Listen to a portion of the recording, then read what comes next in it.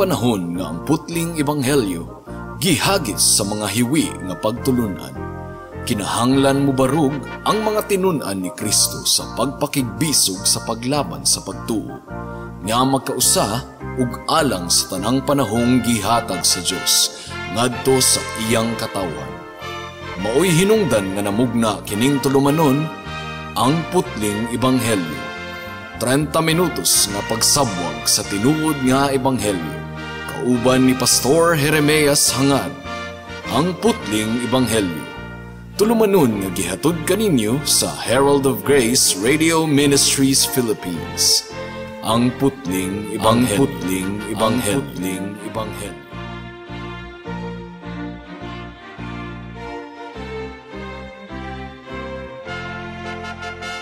Mayong hapon Mabinay, mayong hapon Negros Oriental, Negros Occidental, Guimaras, Dumaguete City, Malabuyok ug uban pang mga munisipalidad sa Cebu Province ug kutob sa tanang gidala sa Ginoo sa pagpaminaw niining atong programa nga giuluhan og ang putling ebanghelyo. Kini ang inyong igsuon ug higala sa kahanginan si Pastor Jeremias Lauri Hangad sa Herald of Grace Radio Ministries Philippines. Diniyugan sa iglesia nga nag-sponsor niining atong programa ang Salitran Covenant Bible Church sa Barangay Salitran, Dakbayan sa Dasmariñas, probinsya sa Cavite. Ang atong teksto ning takna sa kahaponon makita sa Roma Kapitulo 1, versikulo 5 ug 6. Ang giingon diri: Pinaagi ni Kristo na dawat ko gikan sa Dios ang katungod sa pagkaapostol, aron tungod ug alang sa iyang ngalan makabig ang tanang katawhan, aron mutuo sila ug mutuman. Lakip kamo nga anaa sa Roma nga gitawag sa Dios aron maiya ni Hesukristo. May the Lord bless the reading and hearing of His word. Nakita nato ni adtong miaging mga semana, mga kahigalaan, ang taas kaayo nga opening salutation ni Pablo sa iyang sulat ngadto sa mga taga-Roma.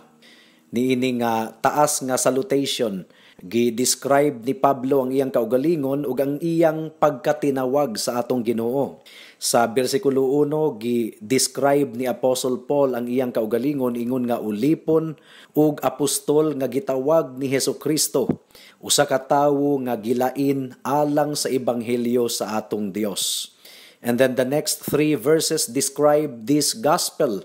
Tungod kay ang sulat ngadto sa mga taga-Roma, usa kini ka libro sa Biblia nga nag-define ug nag-outline sa tataw gayud kayo nga paagi mahitungod sa ebanghelyo.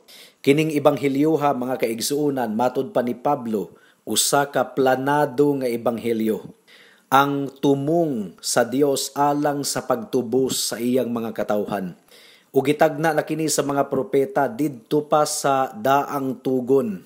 Ug kini nga ebanghelyo natuman sa atong Ginoong Hesukristo. Tungod kay si Kristo mao ang ebanghelyo. Jesus Christ is the gospel.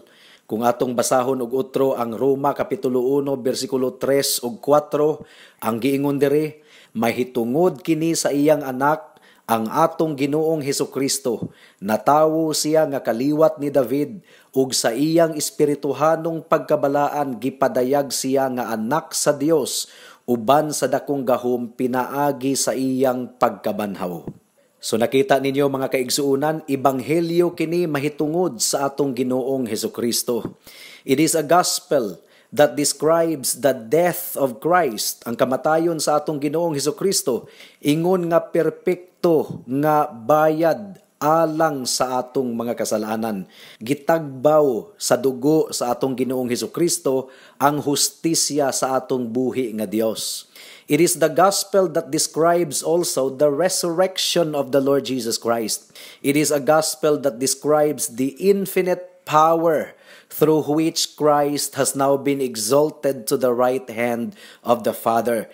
Si Kristo naglingkod sa tuong kamot sa Dios ug naghari sa tanang mga butang.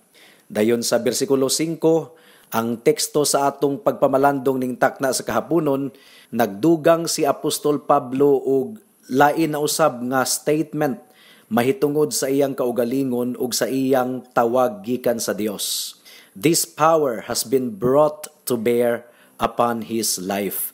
Basahon nato og utro ang bersikulo 5, ang giingon diri, pinaagi ni Kristo na dawat ko gikan sa Dios ang katungod sa pagkaapostol, aron tungod ug alang sa iyang ngalan makabig ang tanang katawhan aron mutuo sila ug mutuman. So makita nato niini mga kaigsuunan nga gi-encapsulate ni Apostol Pablo ang iyang kinabuhi sa usa lamang kapulong, kining pulong nga grasya. Ang grasya mahinungdanon gayud kaayo kung atong masabtan ang sulat ni Pablo alang sa mga taga-Roma. The word grace is really very important in the epistle of Paul to the Romans. Ang pulong nga grasya, 24 kahigayon nga atong mabasa sa libro sa mga taga-Roma. Apan subo kayong pamalandungon nga jutay ragyod kayo sa mga katawhan ang nakasabot sa pulong nga grasya. So ningdakna sa kahaponon mga kaigsuunan, adunay tulo ka bahin ang atong pagpamalandong mahitungod sa grasya sa atong Ginoong Hesukristo. Una, the nature of this grace, ang kinaiyahan sa grasya sa atong Ginoong Hesukristo. Ikaduha, the effect of this grace, ang epekto sa grasya sa atong Ginoong Hesukristo. Ug ikatulo, the end of this grace, or ang tumong sa grasya sa atong Ginoong Hesukristo. Mudangat na kita sa unang punto, the nature of this grace. Isip mga Kristohanon, kinahanglang aduna kitay general idea kung unsa bagayod ang grasya sa atong Ginoong Hesukristo. What is grace? Ang kasagarang definition sa grasya mga kaigsuunan kining gitawag og unmerited favor sa atong Ginoong Hesukristo. Unsa may but pasabot ni ining unmerited favor? Kining pabor nga atong nadawat nga dili tatakos nga mudawat niini. There is nothing that we can do to earn it. Kay nganuman, ang grasya sa Dios gikan ragayod kini sa iyang mahigugmaong kasing-kasing nga puno sa grasya. We can do nothing to earn it. Ang usa ka empleyado nga gisweldohan sa katapusan sa bulan, iyang gi-earn ang iyang sweldo gumikan kay nagtrabaho man siya. Aduna siya katungod nga mo demand nga dawato niya ang iyang sweldo tungod kay iya man kining gihaguan sulod sa usa ka bulan. Ug ang amo, mga kaigsuunan, adunay obligasyon nga musweldo sa iyang sulugoon. Apan ang grasya sa Dios, mga kahigalaan, dili kini resulta sa atong pagpaningkamot. The grace of God cannot be earned. It can only be given. Mao nga ang grasya sa Dios ato lang kining gidawat gikan kaniya nga dili gayud kita takos nga modawat niini. Kay sa tinuod lang ang matag panalangin nga nadawat nato gikan sa Ginoo niining kalibutana. Grasya ra gyud gikan kaniya mga kahigalaan. Kay ang bugtong butang nga takos nga atong pagadawaton niining kalibutana mao ang kapungot sa Dios. Mao ang tunglo ug paghukom sa Dios gumikan sa atong mga kasalanan. Kitang tanan makasasala ug ang giingon sa Biblia, ang bayad sa sala mao ang kamatayon. And since we are all sinners, wala nay laing butang nga takos natong pagadawaton kundili ang tunglo ug kapungot lamang sa atong buhi nga Dios. Kining mga panalangin nga atong nadawat sa matag adlaw dili kita takos nga modawat niini.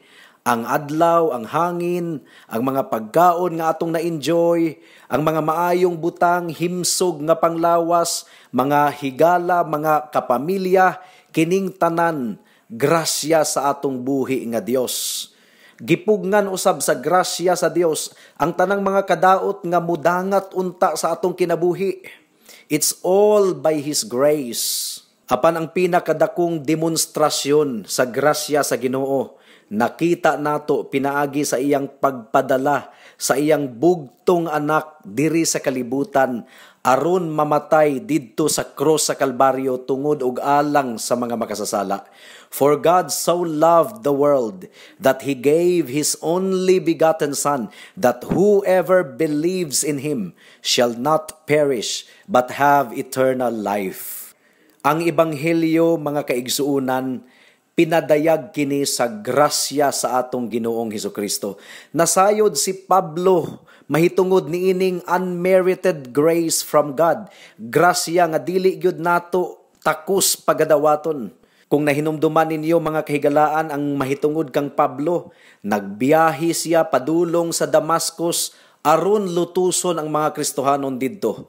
Paminawan ninyo ang Buhat Kapitulo 9, versikulo 1 hangtod sa 2. Ang giingon diri, niadtong higayuna nagpadayon si Saulo sa mapintas nga pagpanghulga sa pagpatay sa mga tinun-an sa Ginoo.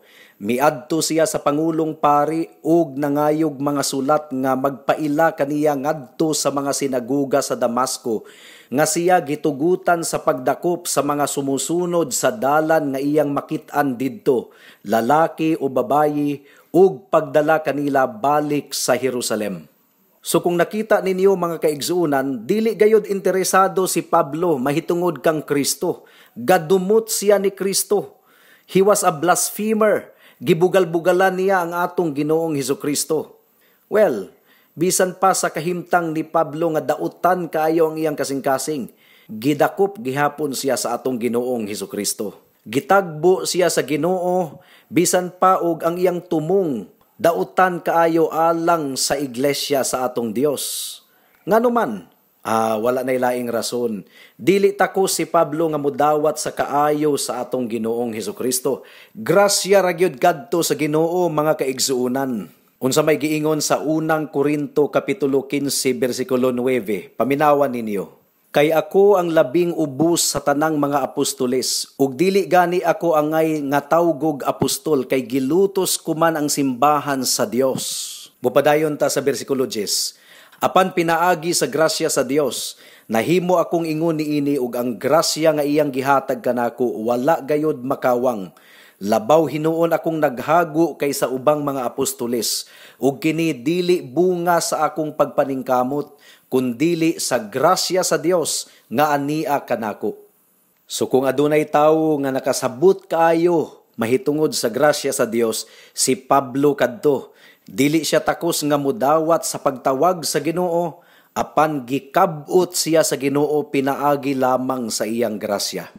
So unsa ang kinaiyahan sa grasya sumala sa gipasabot ni Apostol Pablo? Paul is talking about the grace that gives him the power to conduct his ministry of apostle. Sa Roma Kapitulo 12 versikulo 3, gihisgutan ni Pablo ang gahom nga iyang nadawat gikan sa Dios, pinaagi lamang sa iyang grasya. Roma Kapitulo 12 versikulo 3. Ang giingon diri, kay tungod sa grasya sa Dios nga gihatag kanako, sultihan ko kamong tanan. Ayaw isipa ang inyong kaugalingon nga labaw sa tinuod ninyong kahimtang. Hinuon ligdunga ang inyong panghunahuna ug hukmi ang inyong kaugalingon sumala sa gidakon sa pagtuo nga gihatag sa Dios kaninyo. So klaro kayo nga susama ra nga giingon ni Pablo, I am speaking to you through the grace given to me. Ug kini nga grasya mao ang gahom or katakos nga nadawat ni Pablo aron buhaton niya ang iyang ministeryo. Sa Roma Kapitulo 12 versikulo 6, gipasabot ni Pablo nga kining grasyaha mao ang tinubdan sa tanang mga gasa nga atong nadawat gikan kaniya. Roma Kapitulo 12 versikulo 6 ang giingon diri, busa angay natong gamiton ang atong nagkalain-laing katakos sumala sa grasya nga gihatag sa Dios kanato. Kung may katakos kita sa pagwali sa mensahe sa Dios, himuon nato kini sumala sa pagtuo nga ania kanato.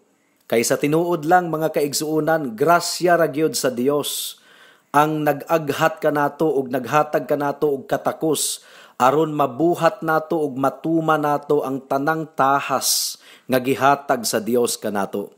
Paul was given grace to do the work of an apostle. And this is the same grace that enables pastors to do the ministry nga gisangon sa Dios alang kanila.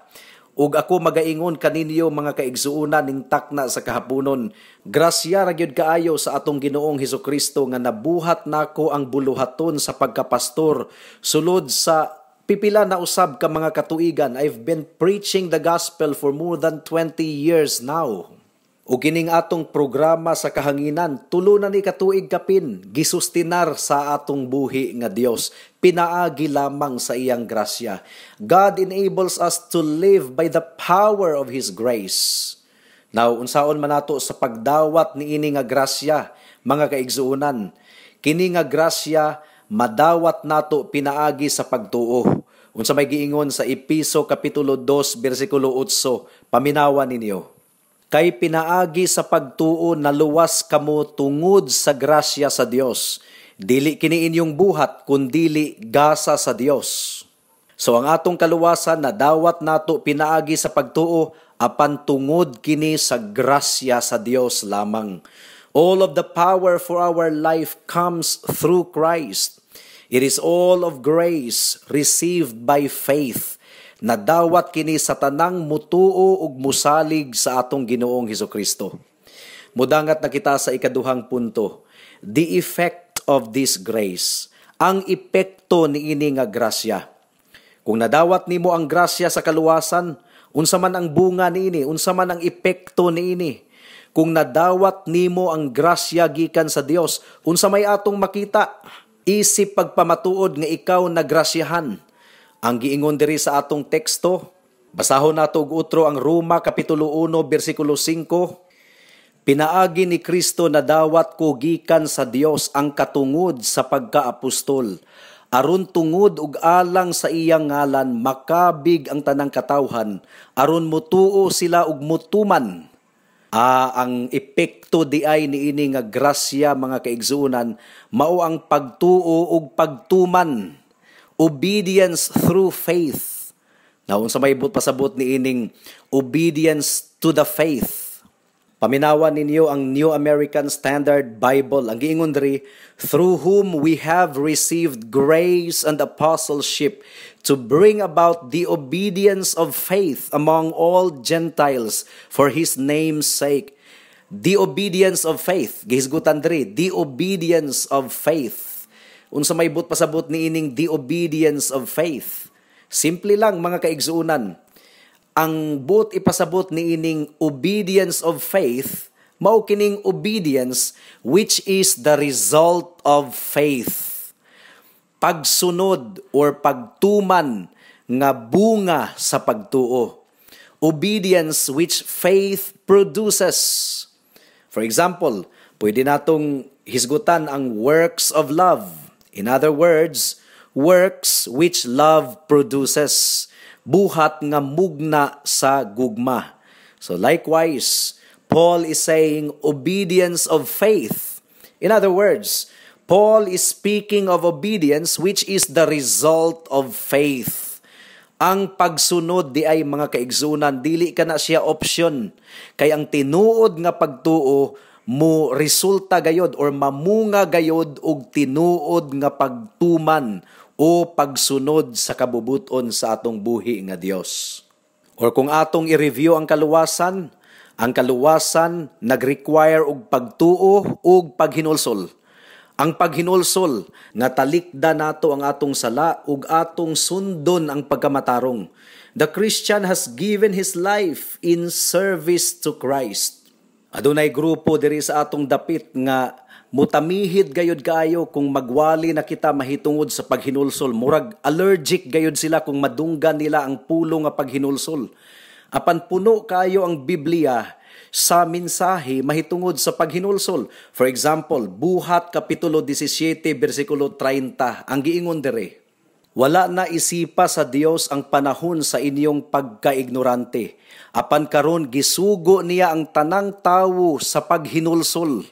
So nakuha ninyo, mga kahigalaan, gisugo sa Dios ang tanang tawo sa paghinulsol. Apan kining grupuha nga kanunay gapadungog-dungog kanato sa Facebook, mutamihid gayod kung ato nang hisgutan ang paghinulsol. Ngano kahano? Adunay sala nga dili nila gustong talikdan. Unya gawas pa kay allergic sila sa pagtulunan mahitungod sa paghinulsol, mutamihid usab sila kung atong iwali diri sa kahanginan nga Kinahanglan natong sundon ang sugo sa atong Ginoo. Isip pagpamatuod nga kita tinuod nga magtutuo tungod kay ang tinuod nga pagtuo mo resulta gayod og maayong binuhatan. Ila kining tamihiran kini nga mensahe, pero unsa may giingon sa unang Juan kapitulo 3 bersikulo 23. Ang giingon diri, ang gisugo niya mao nga mutuo kita sa ngalan sa iyang anak nga si Hesukristo ug maghigugmaay sumala sa sugo ni Kristo. So nakita ninyo mga kahigalaan, pagtuo ug pagtuman sa sugo sa atong Ginoong Hesukristo. Bersikulo 24, ang nagtuman sa mga sugo sa Dios, anaa sa Dios, ug ang Dios anaa kaniya. Ug masayra nato nga ang Dios ania kanato pinaagi sa Espiritu nga iyang gihatag kanato. Mao kini ang hinungdan nganong giwali ni Apostol Pablo ang Ebanghelyo. Ang pamaagi ni Pablo sa pagwali sa Ebanghelyo, pamaagi sa paghatag og sugo. He commanded obedience to the gospel. Roma kapitulo 6 bersikulo 17 ang giingon diri. Apan salamat sa Dios kay bisan og kaniadto na ulipon kamo sa sala, karon sa kinasingkasing nagmatinumanon kamo sa mga pagtulunan nga nadawat ninyo. Nagmatinumanon. So this indicates commandment. Paul preached the gospel in command mode and commanded obedience to the gospel. Roma kapitulo 10 bersikulo 16 hangtod sa 17 ang giingon diri. Apan wala mudawat ang tanan sa maayong balita. Si Isaias miingon, Ginoo kinsay mituo sa among giwali. Busa ang pagtuo nagikan sa pagpamati sa mensahe ug ang nabati nagikan sa pulong ni Kristo. Pero kung atong basahon ang Griego nga pinulungan niini mga kaigsunan, kining giingon nga apan wala mudawat ang tanan sa maayong balita, ang buti pasabot apan wala mutuman ang tanan sa maayong balita. Ang buti pasabot niining tanan mga kahigalaan mao nga ang pagtuo ug pagsunod dili pwedeng bulagon. Ang tinuod nga pagtuo mamunga gayod og pagsunod or pagtuman. Faith commands obedience, and obedience commands faith. Bisan pag ang Ebanghelyo, grasya kini sa Dios nga gitanyag sa Dios, pero ang pamaagi sa pagwali sa Ebanghelyo, command mode. The gospel is not an offer, it is a command. Yes, ang kaluwasan pinaagi sa grasya. Apan ang grasya dili nato madawat pinaagi sa atong paghago. Gipalit kini ni Hesukristo alang kanato. Apan bisan pa niini ang kaluwasan nagademand og obedience. Bisan pag-asa mong bahina sa Biblia mo pakli. Ang Ebanghelyo tinuod nga grasya lamang kini. Apan ang pamaagi sa pagwali sa Ebanghelyo, it is always in the command mode. Sugo. Like repent and believe in the gospel. Pag hinulsol og tuuhi ang Ebanghelyo. Mudangat na kita sa ikatulong punto. The end of this grace, ang sangputan niini nga grasya or ang tumong niini nga grasya. Atong basahon og utro ang bersikulo 5 sa atong teksto, Romans chapter 1 verse 5. Pinaagi ni Kristo na dawat ko gikan sa Dios ang katungod sa pagkaapostol aron tungod ug alang sa iyang ngalan makabig ang tanang katawhan aron mutuo sila ug mutuman. Unsa ang tumong sa grasya sa atong Ginoo mga kahigalaan? Klaro kayo ang giingon diri. For His name's sake, aron tungod ug alang sa iyang ngalan. Gibuhat sa Ginoo ang tanang mga butang alang sa iyang kahimayaan, alang sa kahimayaan sa iyang buhi nga ngalan. Paminawan ninyo ang Salmo kapitulo 72 bersikulo 19 ang giingon diri. Dayga ang iyang mahimayaong ngalan hangtod sa kahangturan. Ug mapuno unta ang yuta sa iyang himaya. Amen. Amen. So klaro kayo mga kahigalaan nga gibuhat sa Dios ang tanang mga butang aron mahimaya ang iyang buhi nga ngalan sa tibuok kalibutan. Gipahinumduman kita ni Pablo niini nga kamatuoran sa Roma kapitulo 9 bersikulo 17. Paminawan ninyo. Kay ang kasulatan nag-ingon kang paraon, Gihimo ko ikaw nga hari aron ikapadayag ko ang akong gahom, pinaagi kanimo ug aron ikapaila ko ang akong ngalan sa tibuok kalibutan. So mahinungdanon gayud kaayo alang sa atong buhi nga Dios, mga kahigalaan, nga mahimaya siya sa tanang mga butang. Matud pa sa basahon sa Isayas, I am the Lord and that is my name. I will not allow my glory to be given to another. So ang tawong hambugiro, ang tawong mapasigarbuhon nga gipromote niya ang iyang kaugalingon, nakasala di atubangan sa Dios. Tungod kay wala nay lain pang kinahanglang mahimaya sa atong kinabuhi, kundili ang Dios lamang, mga kahigalaan. All things find their being in God. Nagkinabuhi kita tungod lamang sa atong buhi nga Dios. Ug aduna gayoy katungod ang Dios nga modeklarar, ayaw pagbaton og laing mga Dios sa akong atubangan. Higala ang Dios mao ang takos sa tanang pagdayig, sa tanang himaya, sa tanang dungog. Pinadayag Kapitulo 4, versikulo 11, ang giingon diri, among Ginoo ug Dios, angay kang mudawat sa pagdayig ug sa pasidungog ug sa gahom, kay ikaw may nagbuhat sa tanang butang, ug pinaagi sa imong pagbuot na mugna ang tanan. Ug aduna pay mahinungdanon kaayo nga pahinumdum alang kanatong tanan, mga kahigalaan. Ang kaluwasan nagsugo kanato nga kang Kristo lamang kita mudangup ug mutawag alang sa kaluwasan. Buhat Kapitulo 2, versikulo 21, ang giingon diri, and it shall come to pass that whosoever shall call on the name of the Lord shall be saved. Ang giingon usab sa Roma Kapitulo 10, versikulo 13 hangtod sa 14, for whoever shall call upon the name of the Lord shall be saved. Si bisan kinsa ang mutawag sa ngalan sa atong Dios maluwas. How then shall they call on him in whom they have not believed? And how shall they believe in him of whom they have not heard? And how shall they hear without a preacher? So hinaot, mga kahigalaan, nga nakuha nato or nasabta nato ang tumong sa grasya sa Dios. Alang lamang kini sa kahimayaan sa iyang ngalan. Mao nga dulumtanan gayud kaayo ang mapasigarbuhon sa atubangan sa Dios. Mudangat na kita sa mga aplikasyon. Nakita ni Pablo ang iyang kaugalingon, ingon nga usa ka tawo nga nahailalom sa mandato sa atong buhi nga Dios. Unang Korinto Kapitulo 9, versikulo 16, ang giingon diri, wala ako'y katungod sa pagpasigarbo tungod lamang kay nagwali ako sa maayong balita, kay gisugo man ako sa pagbuhat niini. Alaot ako kung dili ako magsangyaw sa maayong balita. So gitawag si Pablo aron mahimong apostol.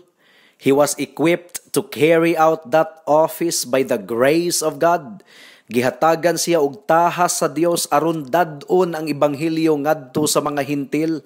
Ang iyang tumong ug katuyuan mao nga sila mudangup kang Kristo diha sa pagtuo, ug kini nga pagtuo mamunga og pagsunod ug pagtuman sa kabubuton sa Dios. Ug ang tumong niining tanan mao ang kahimayaan lamang sa atong buhi nga Dios, alang sa ngalan sa atong buhi nga Dios.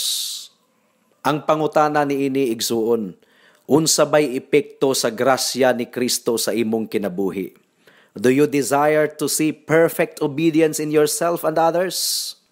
Ang imong kinabuhi ba nadagit na sa atong Ginoong Hesukristo? Na-motivate ka ba nga buhaton ang tanang mga butang alang sa kahimayaan sa atong Dios ug dili aron ibayaw ang imong ngalan for His great name's sake only? Ug kung ikaw higala ning takna sa kahaponon, wala pagayod mutalikod sa imong sala ug mutuo sa atong Ginoong Hesukristo, kinahanglang i-prioritize nimo kini higala. Ang gisugo sa Dios alang kanimo mao nga talikdan nimo ang imong sala, maghinulsol ka sa imong sala ug mudangup lamang ikaw sa atong Ginoong Hesukristo. Kung mubalibad ikaw sa pagbuhat niini, ang buot ipasabot, nagpadayon ikaw sa imong pagpakig-al kontra sa atong buhi nga Dios. Nagpadayon ikaw sa imong pagkarebelde sa atong Dios. Ug nagtigom ka, dili kwarta, kundili nagtigom ka og kapungot sa Dios nga iyang ibubo sa imong kinabuhi sa kinatibuk-an gayod sa adlaw sa paghukom. Apan aduna pay paglaom ang tanan. Si Kristo ang midawat sa tanang tunglo ug kapungot sa Dios alang sa mga makasasala. Ug kung ikaw musalig sa atong Ginoong Hesukristo, ang tanang tunglo nga takus unta nimong pagadawaton, gipas-an ni Kristo ang tanan didto sa krus sa Kalbaryo. Dangop kang Hesukristo karon, ayaw na og paugmai pa higala. Amen. Hangtod din hinalang kita taman sa atong pagpamalandong ning takna sa kahaponon tungod kay wala na kitay oras pa. Ako kamong padayon nga giimbitar sa pagpaminaw sa atong programa sa matag Miyerkules, alas 6 hangtod sa alas 6:30 sa hapon dinhi sa Power 102.1 RFM. Daghang salamat. Alang sa dugang nga mga pangutana, mahimong mo text kang Pastor Jeremias hangad sa 0935 744-3030.